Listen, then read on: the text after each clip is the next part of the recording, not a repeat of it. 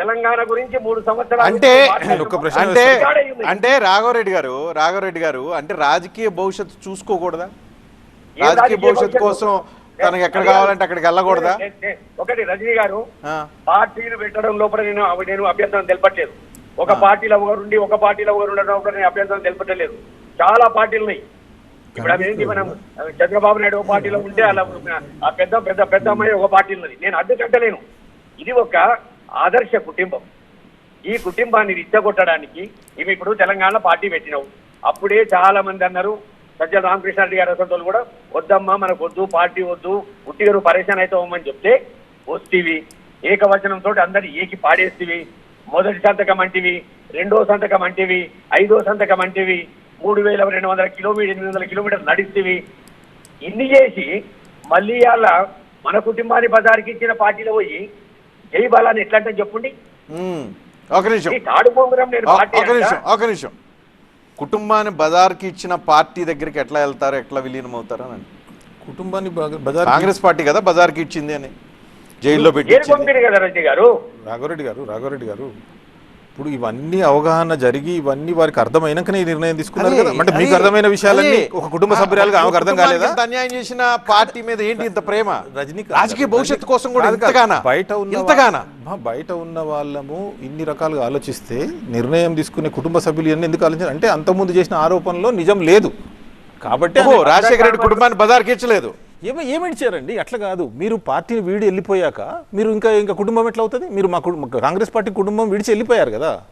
జగన్మోహన్ రెడ్డి గారు వెళ్ళిపోయి పార్టీ పెట్టుకున్నారు.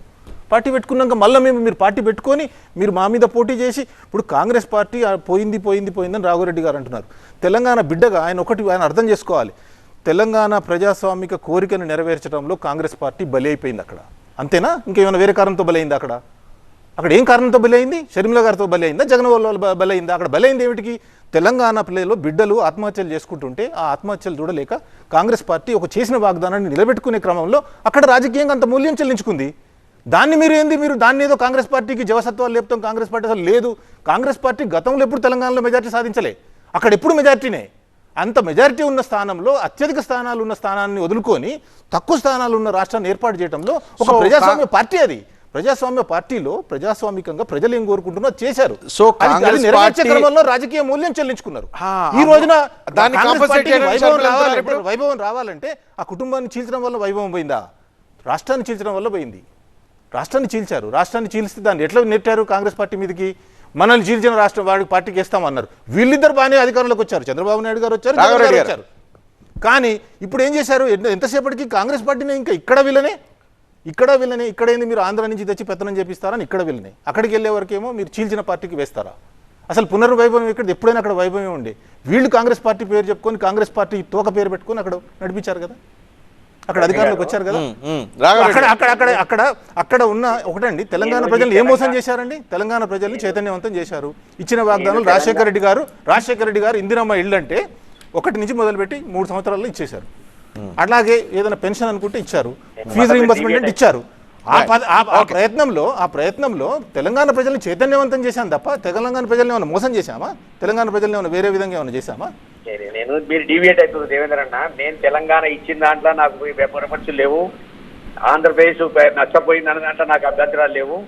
నాకున్నదల్లా ఒకటే ఒక అభ్యంతరం కూడా కాదు, ఖచ్చితంగా మేము వ్యతిరేకిస్తాము. షర్మిలమ్మ లాంటి అమాయకురాలు మీరే అంటే మమ్మల్ని అందరినీ ఇట్లా చేసిపోయింది అన్ని రకాలు.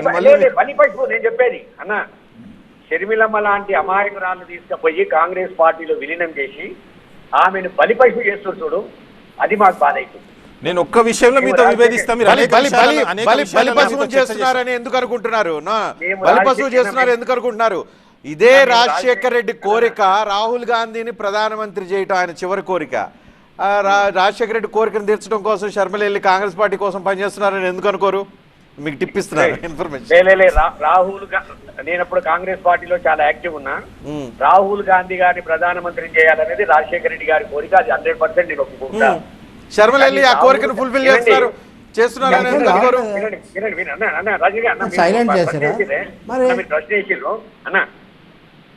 రాహుల్ గాంధీ ప్రధానమంత్రి కావాలన్న కోరిక రాజశేఖర రెడ్డి గారి.